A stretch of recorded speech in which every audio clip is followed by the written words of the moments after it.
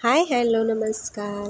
मी प्रियंका. तुमचं सगळ्यांचंच अगदी मनापासून आणखी एका नवीन व्हिडिओमध्ये तुमचं सगळ्यांचं स्वागत करते.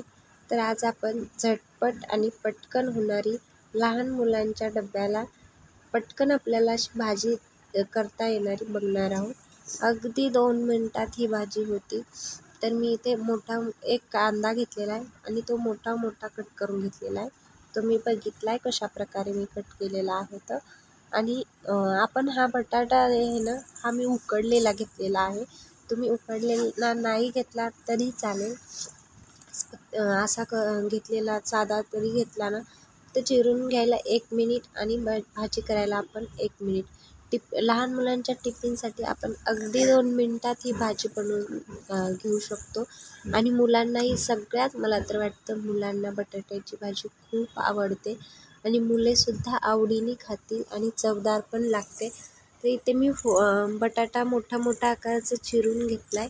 तेल, जिरे, मोहरी टाकून तडतडली की त्यामध्ये कांदा छान तळून घ्यायचा आहे आपल्याला.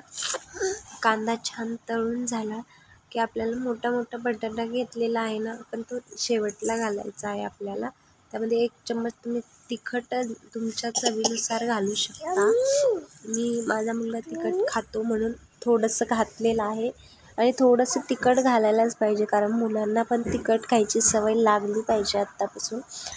बटाटा घालायचा मग उकडलेला आणि मोठे काप करून घ्यायचे आहेत आपल्याला बटाट्याचे.